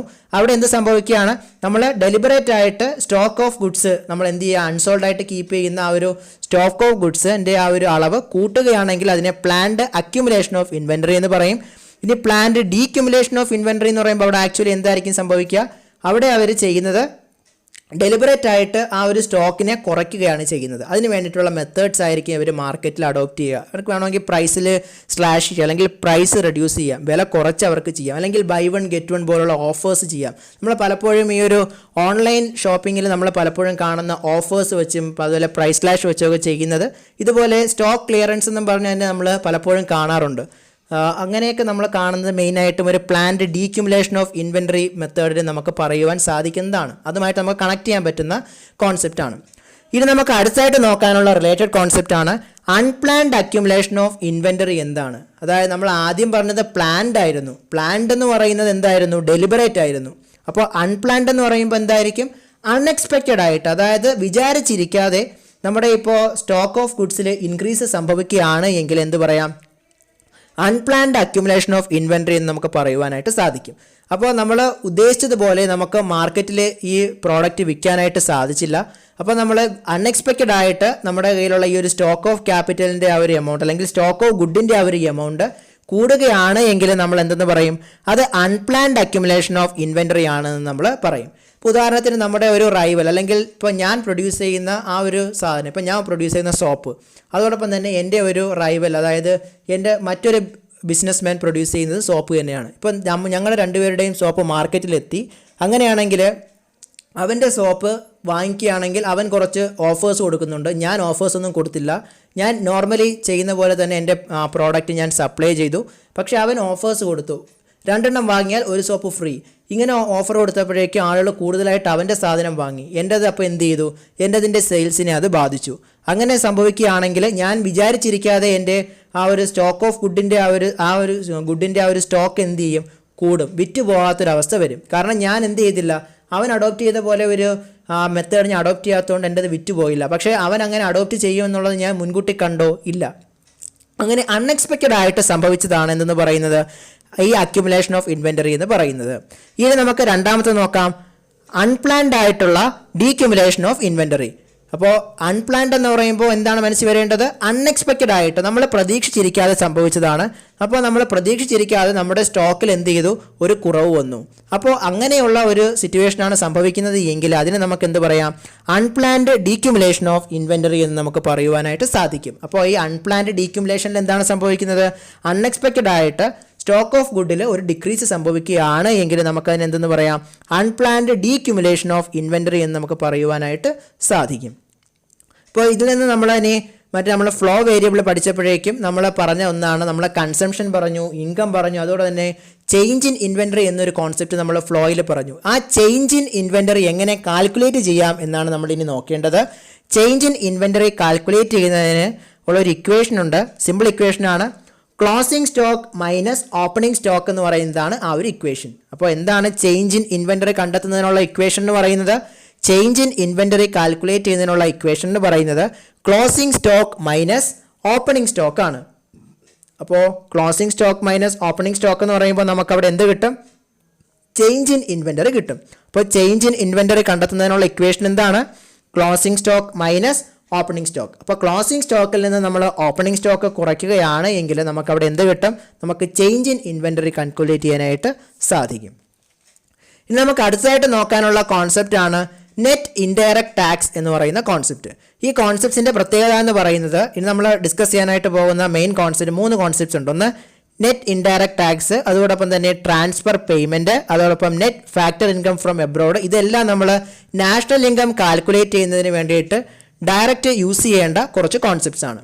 അതാണ് ഈ കോൺസെപ്റ്റ്സിൻ്റെ മെയിൻ ആയിട്ടുള്ള പ്രത്യേകത എന്ന് പറയുന്നത്. നമ്മളിനി വരുന്ന ക്ലാസ്സുകളിൽ എങ്ങനെയാണ് നാഷണൽ ഇൻകം കാൽക്കുലേറ്റ് ചെയ്യുമ്പോൾ ഈ കോൺസെപ്റ്റ്സ് ഇൻകോർപ്പറേറ്റ് ചെയ്യുന്നത്, അല്ലെങ്കിൽ അത് നമ്മൾ ഇക്വേഷനിൽ ഉൾപ്പെടുത്തുന്നത് എന്ന് നമ്മൾ വരും ക്ലാസ്സുകളിൽ കവർ ചെയ്യും. അപ്പോൾ അതിൻ്റെ ബേസിക് ലെവലിലാണ് നമ്മൾ ഈ 3 കോൺസെപ്റ്റ്സ് പറയുന്നത്. ഏതൊക്കെയാണ്, ഒന്ന് നെറ്റ് ഇൻഡയറക്റ്റ് ടാക്സ്, അതോടൊപ്പം തന്നെ ട്രാൻസ്ഫർ പേയ്മെൻറ്റ്സ്, അതോടൊപ്പം net factor income from abroad. പേര് കേട്ട് പേടിക്കേണ്ട, സംഗതി സിമ്പിളാണ്. അപ്പോൾ നമുക്ക് ആദ്യം നോക്കാം നെറ്റ് ഇൻഡയറക്റ്റ് ടാക്സ് എന്താണ് എന്നുള്ളത്. ഇൻഡയറക്റ്റ് ടാക്സ് എന്ന് പറഞ്ഞാൽ നമ്മൾ എല്ലാവരും ഒരു സാധനം വാങ്ങിക്കുമ്പോൾ ടാക്സ് അടയ്ക്കുന്നുണ്ട്. പക്ഷേ നമ്മളുടെ ടാക്സ് ആണ് എന്ന് പറഞ്ഞ് ആരും പൈസ വാങ്ങിക്കുന്നില്ല. നമ്മളിപ്പോൾ ഒരു മുട്ടായി വാങ്ങിച്ചാൽ പോലും നമ്മൾ അതിൻ്റെ ആ ഒരു കവറിൻ്റെ ബാക്കിൽ നോക്കുമ്പോഴത്തേക്കും മാക്സിമം റീറ്റെയിൽ പ്രൈസ് MRP എന്ന് എഴുതിയേക്കും. എന്ന് പറഞ്ഞാൽ അതിലെന്താണ്, ടാക്സും കൂടി ഉൾപ്പെട്ടിട്ടുള്ള ഒരു പ്രൈസാണ് നമുക്ക് എപ്പോഴും കിട്ടുക. നമ്മളൊരു പ്രോഡക്റ്റ് വാങ്ങുമോ, നമ്മളിപ്പോൾ 10 രൂപയുടെ ഒരു ബുക്ക് വാങ്ങിയാൽ പോലും നമ്മളതിന് ടാക്സ് പേ ചെയ്യുന്നുണ്ട്. പക്ഷെ നമ്മൾ അറിയുന്നില്ല, നമുക്ക് ടാക്സ് ആണെന്ന് പറഞ്ഞ് ആരും വാങ്ങുന്നില്ല. നമ്മൾ ആ ഒരു പ്രോഡക്റ്റിൻ്റെ വില 10 രൂപയാണെന്ന് പറയുന്നത് നമ്മൾ ആ പൈസ കൊടുക്കുന്നു. അതിലെന്ത് ഉൾപ്പെടുത്തിയിട്ടുണ്ട്, ആ ഒരു വിലയിൽ ടാക്സ് ഉൾപ്പെടുത്തിയിട്ടുണ്ട്. അത് നമ്മൾ മനസ്സിലാക്കേണ്ടത്. നമ്മളെപ്പോഴും നോക്കുമ്പോൾ MRP എന്ന് എഴുതിയിട്ടായിരിക്കും RS എന്ന് എഴുതിയിട്ട് ഒരു വില ഇടുന്നത്. മാക്സിമം റീറ്റെയിൽ പ്രൈസ് എന്ന് ഉൾപ്പെടുത്തിയിരിക്കുക. ഏത് പ്രോഡക്റ്റ് വാങ്ങിയാലും ബ്രാൻഡിങ് ഉള്ള പ്രോഡക്റ്റ് ആണെങ്കിൽ അതിലെന്തായാലും ഇത് കാണുവാനായിട്ട് സാധിക്കും. അതിൻ്റെ അർത്ഥം എന്താണ്, അതിൽ ടാക്സ് ഉൾപ്പെടുത്തിയിട്ടുണ്ട്. ഇത്തരത്തിലുള്ള ടാക്സസ് ആണ് നമ്മൾ എങ്ങനെയുള്ള ടാക്സ് എന്ന് പറയുന്നത്, ഇൻഡയറക്റ്റ് ടാക്സസ് എന്ന് പറയുന്നത്. ടാക്സസ് മെയിനായിട്ട്, ടാക്സ് എന്ന് പറഞ്ഞാൽ അറിയാലോ, നികുതി. ടാക്സ് എന്ന് പറയുന്നത് നികുതിയാണ്. ടാക്സ് എന്ന് പറയുന്നത് ഒരു കമ്പൽസറി പേയ്മെൻ്റ് ആണ്, നമ്മളത് നടത്തിയേ പറ്റുള്ളൂ. അല്ലെങ്കിൽ കമ്പൽസറി ആയിട്ട് നമ്മൾ നടത്തുന്ന പേയ്മെൻറ്റ്സ് ആണ് എന്തെന്ന് പറയുന്നത്, ടാക്സ് എന്ന് പറയുന്നത്. അത് നമുക്ക് എല്ലാവർക്കും അറിയാം. ഈ ടാക്സിന് 2 ടൈപ്പ് ഉണ്ട്. ഒന്ന് ഡയറക്റ്റ് ആയിട്ടുള്ള ടാക്സും ഉണ്ട്, മറ്റൊന്ന് ഇൻഡയറക്റ്റ് ആയിട്ടുള്ള ടാക്സും ഉണ്ട്. നമ്മളിപ്പോൾ സംസാരിക്കാനായിട്ട് പോകുന്നത് ഈ രണ്ടാമത്തെ ടൈപ്പായിട്ടുള്ള ഇൻഡയറക്റ്റ് ടൈപ്പ് ടാക്സ് ആണ്.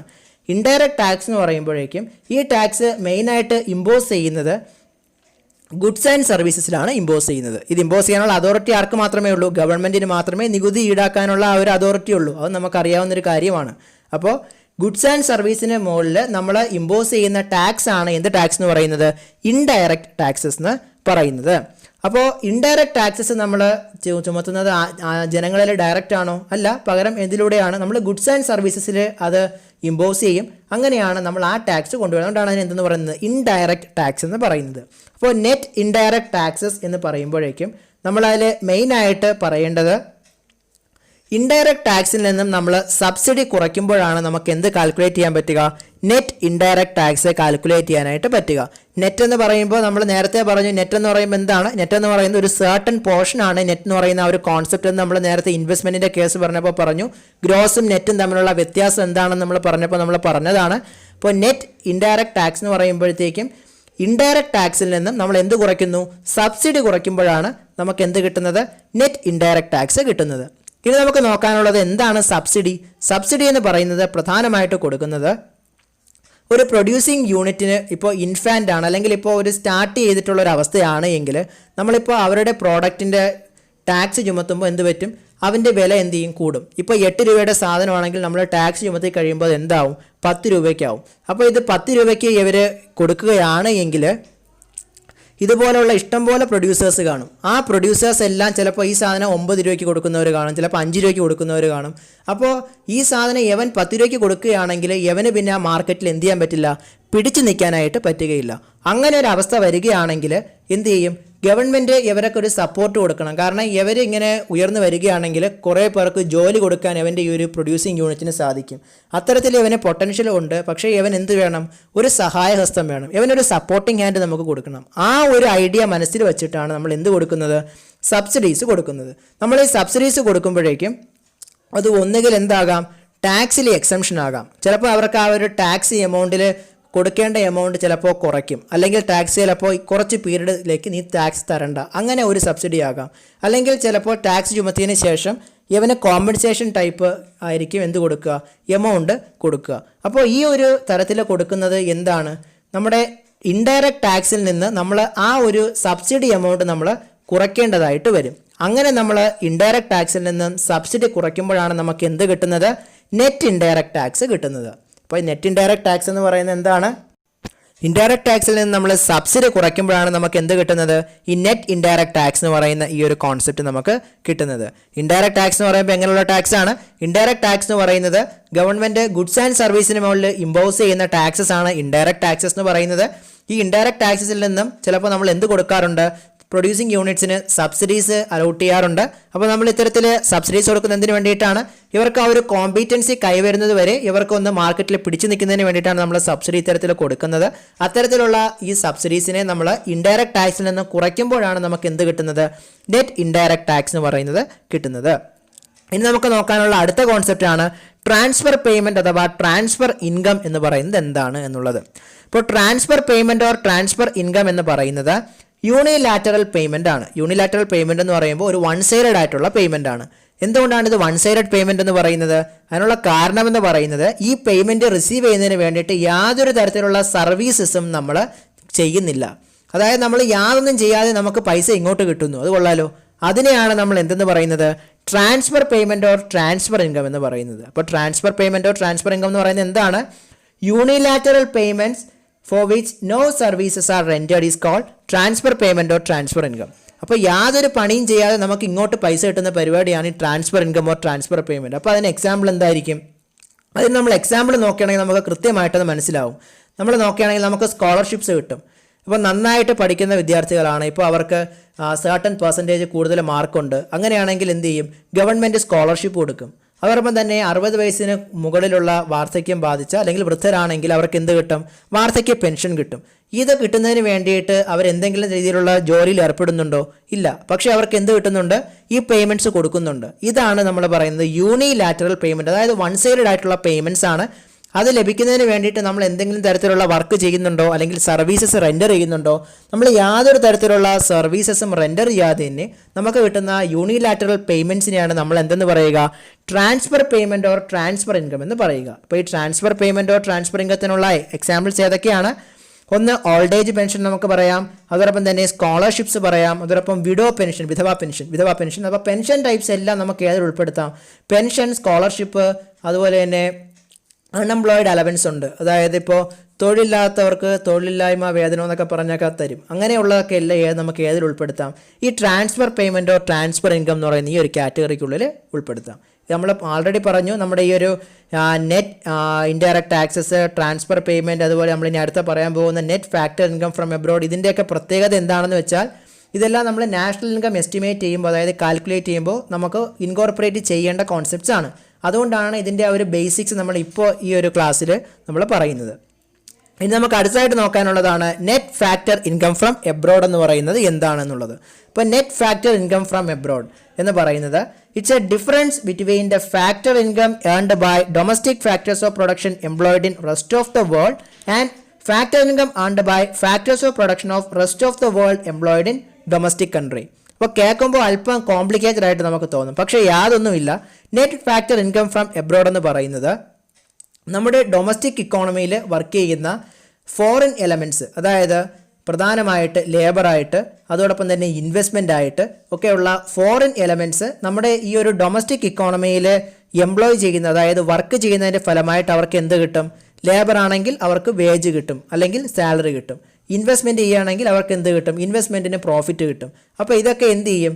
ഇവരുടെ മദർ കൺട്രിയിലോട്ട് കൊണ്ടുപോകും. അതായത് ഉദാഹരണത്തിന് പറയുകയാണെങ്കിൽ ഒരു ചൈനക്കാരൻ നമ്മുടെ രാജ്യത്ത് ഇന്ത്യയിൽ ജോലി ചെയ്യുകയാണെങ്കിൽ അവന് എന്ത് കിട്ടും? അവന് വരുമാനം കിട്ടും. അതോടൊപ്പം തന്നെ ഒരു ചൈനീസ് കമ്പനി നമ്മുടെ ഇക്കോണമിയിൽ ഇൻവെസ്റ്റ് ചെയ്യുകയാണെങ്കിൽ അവർക്ക് എന്ത് കിട്ടും? ആ ഇൻവെസ്റ്റ്മെൻറ്റിന് ഉള്ള പ്രോഫിറ്റ് കിട്ടും അവർക്ക്, അല്ലെങ്കിൽ അവർക്ക് അതിൻ്റെതായിട്ടുള്ള റിവാർഡ് കിട്ടും. ഇതെല്ലാം എങ്ങോട്ടാണ് പോകുന്നത്?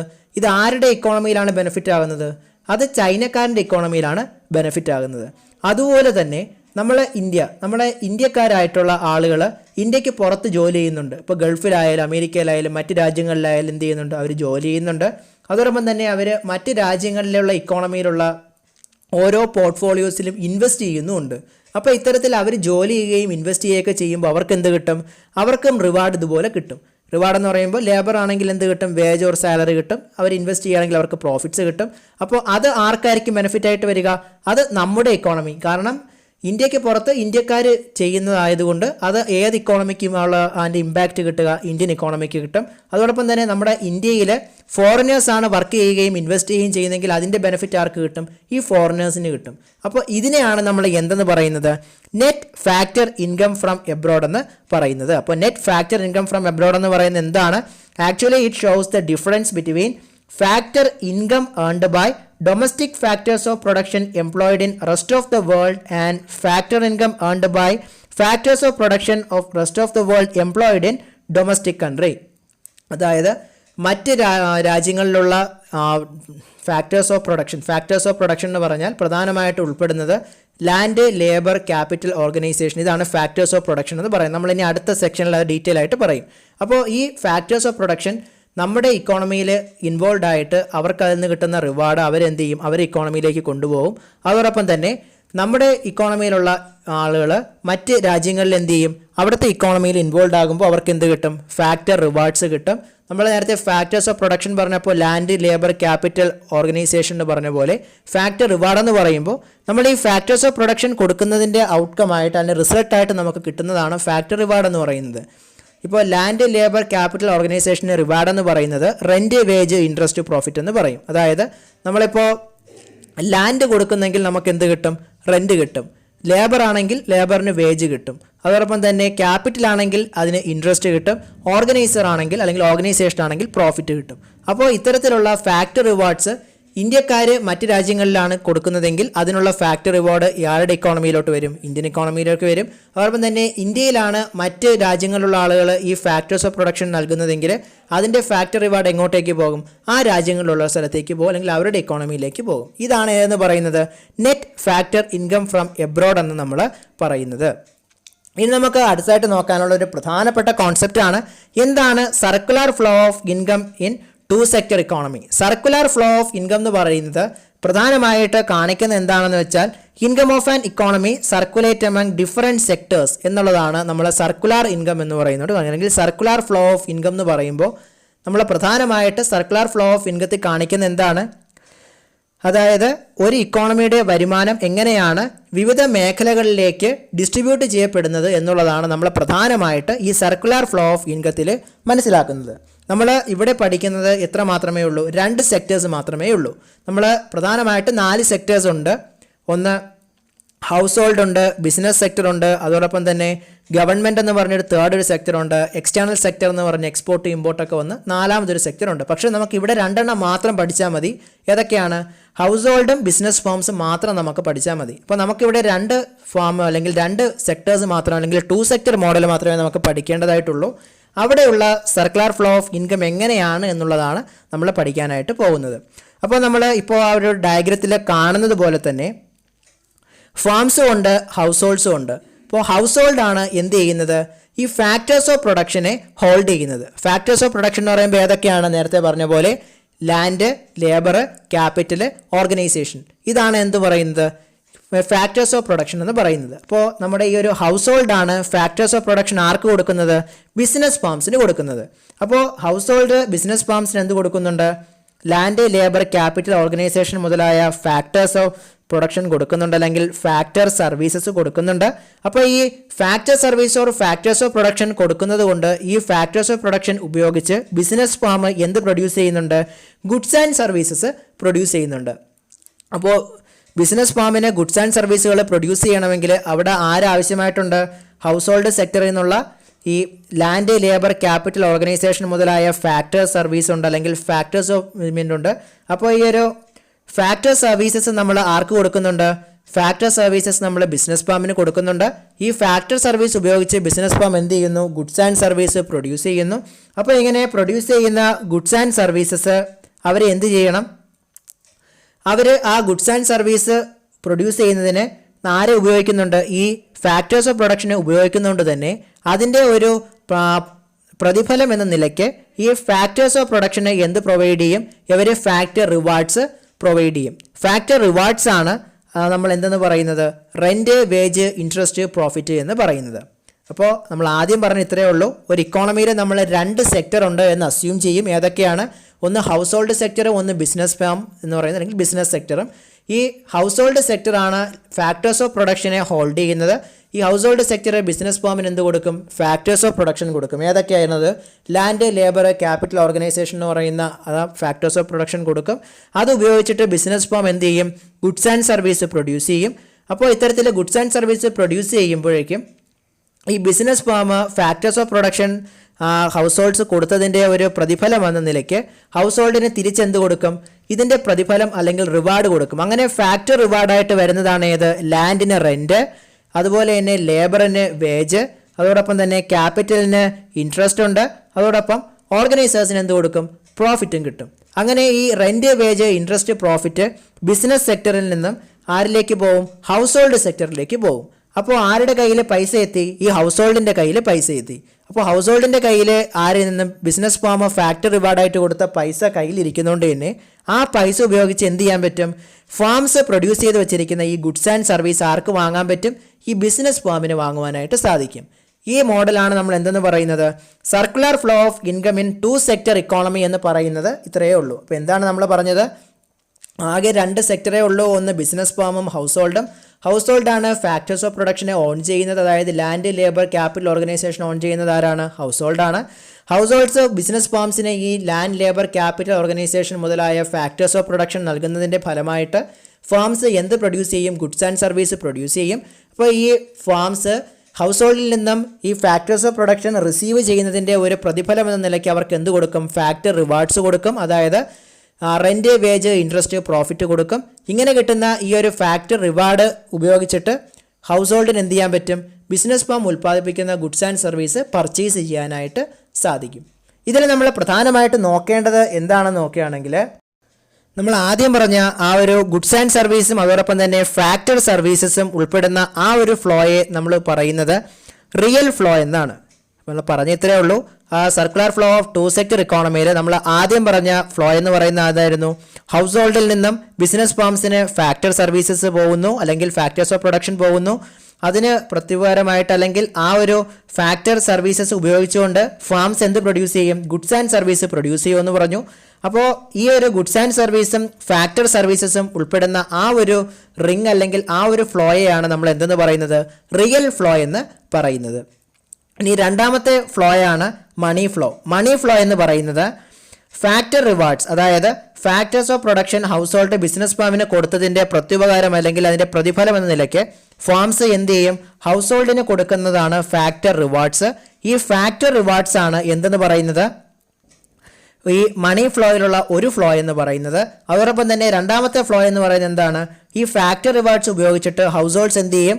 ഫാംസ് പ്രൊഡ്യൂസ് ചെയ്ത ഗുഡ്സ് ആൻഡ് സർവീസസ് പർച്ചേസ് ചെയ്യും. അതിനെയാണ് നമ്മൾ എന്തെന്ന് പറയുന്നത്? മണി ഫ്ലോയിലുള്ള രണ്ടാമത്തെ ഫ്ലോ എന്ന് പറയുന്നത്. അപ്പോൾ നമ്മൾ പറഞ്ഞ ഇത്രയേ ഉള്ളൂ. സർക്കുലർ ഫ്ലോ 2 സെക്ടർ ഇക്കോണമിയിൽ റിയൽ ഫ്ലോ എന്ന് പറയുന്നത് ഇന്നർ റിംഗിൽ നമ്മൾ കാണുന്ന ഗുഡ്സ് ആൻഡ് സർവീസസും അതോടൊപ്പം തന്നെ ഫാക്ടർ സർവീസസും ഉൾപ്പെടുന്ന അതിനെയാണ് നമ്മൾ റിയൽ ഫ്ലോ എന്ന് പറയുന്നത്. അതോടൊപ്പം തന്നെ നമ്മൾ മണി ഫ്ലോ എന്ന് പറയുന്നത് ഫാക്ടർ റിവാർഡ്സും അതോടൊപ്പം പർച്ചേസ് ഓഫ് ഗുഡ്സ് ആൻഡ് സർവീസും ഉൾപ്പെടുന്ന ഭാഗത്തെയാണ് നമ്മൾ എന്തെന്ന് പറയുന്നത്? മണി ഫ്ലോ എന്ന് പറയുന്നത്. അപ്പോൾ നമ്മൾ ഇന്ന് ഈ ഒരു ഫസ്റ്റ് പാർട്ടിൽ മെയിനായിട്ട് കവർ ചെയ്ത് എന്തായിരുന്നു? നാഷണൽ ഇൻകം എന്താണ്, അതോടൊപ്പം തന്നെ final goods, consumption goods, capital goods, intermediate goods, പിന്നെ ഇൻവെസ്റ്റ്മെൻറ്റിൻ്റെ കാര്യം നമ്മൾ പറഞ്ഞു. ഇൻവെസ്റ്റ്മെൻറ്റിൻ്റെ കാര്യം പറഞ്ഞപ്പോഴേക്കും നമ്മൾ അതിൽ ഗ്രോസ്, നെറ്റ്, എങ്ങനെ നെറ്റ് ഇൻവെസ്റ്റ്മെൻറ്റ് കാൽക്കുലേറ്റ് ചെയ്യണമെന്ന് നമ്മൾ പറഞ്ഞു. അതോടൊപ്പം തന്നെ അതിൽ നമ്മൾ നെറ്റ് ഇൻവെസ്റ്റ്മെൻറ്റിൻ്റെ കാര്യം പറഞ്ഞപ്പോൾ ഡിപ്രീസിയേഷൻ പറഞ്ഞു, എന്താണ് ഡിപ്രീസിയേഷൻ നോക്കി. പിന്നെ നമ്മൾ സ്റ്റോക്ക് വേരിയബിളും ഫ്ലോ വേരിയബിളും തമ്മിലുള്ള ഒരു ഡിഫറൻസ് നോക്കി. അപ്പോൾ പിന്നെ നമ്മൾ ഇൻവെൻ്ററിയുടെ കാര്യം പറഞ്ഞു. ഡീറ്റെയിൽ ആയിട്ട് തന്നെ ഇൻവെൻ്ററി നമ്മൾ നോക്കി. അക്യുമുലേഷൻ, അതുപോലെ ഡീക്യുമുലേഷൻ, പ്ലാൻഡ് അക്യുമുലേഷൻ, പ്ലാൻഡ് ഡീക്യുമുലേഷൻ, അതുപോലെ അൺപ്ലാൻഡ് അക്യുമുലേഷൻ, അൺപ്ലാൻഡ് ഡീക്യുമുലേഷൻ നോക്കി. അതിനുശേഷം ചേഞ്ച് ഇൻ ഇൻവെൻ്ററി എന്ന് പറയുന്നതുകൊണ്ട് നമ്മൾ എന്ത് ഉദ്ദേശിക്കുന്നു, അല്ലെങ്കിൽ അതെങ്ങനെ കാൽക്കുലേറ്റ് ചെയ്യാം നോക്കി. ക്ലോസിംഗ് സ്റ്റോക്കിൽ നിന്ന് നമ്മൾ ഓപ്പണിംഗ് സ്റ്റോക്ക് കുറയ്ക്കുകയാണെങ്കിൽ നമുക്ക് ചേഞ്ച് ഇൻ ഇൻവെൻ്ററി കണ്ടെത്താമെന്ന് നമ്മൾ മനസ്സിലാക്കി. അതിനുശേഷം നമ്മൾ പറഞ്ഞു നാഷണൽ ഇൻകം എസ്റ്റിമേറ്റ് ചെയ്യുമ്പോൾ നമ്മൾ ഉൾപ്പെടുത്തേണ്ട 3 കോൺസെപ്റ്റ്സ് ആണ് നെറ്റ് ഇൻഡയറക്റ്റ് ടാക്സ്, അതുപോലെ ട്രാൻസ്ഫർ പേയ്മെൻറ്റ്സ്, അതുപോലെ net factor income from abroad എന്ന് പറയുന്നത്. അത് മൂന്നും എന്താണെന്ന് നമ്മൾ ഡീറ്റെയിൽ ആയിട്ട് നമ്മൾ നോക്കി. അതിനുശേഷം ലാസ്റ്റ് നമ്മൾ എന്ത് പറഞ്ഞു? നമ്മൾ സർക്കുലർ ഫ്ലോ ഓഫ് ഇൻകം ഒരു 2 സെക്ടർ ഇക്കോണമി ആണ് എങ്കിൽ അത് എങ്ങനെയായിരുന്നു വർക്ക് ചെയ്യുന്നത് എന്ന് നമ്മൾ നോക്കി. അതിൻ്റെ ഡയഗ്രവും നമ്മൾ അതിൽ കണ്ടായിരുന്നു.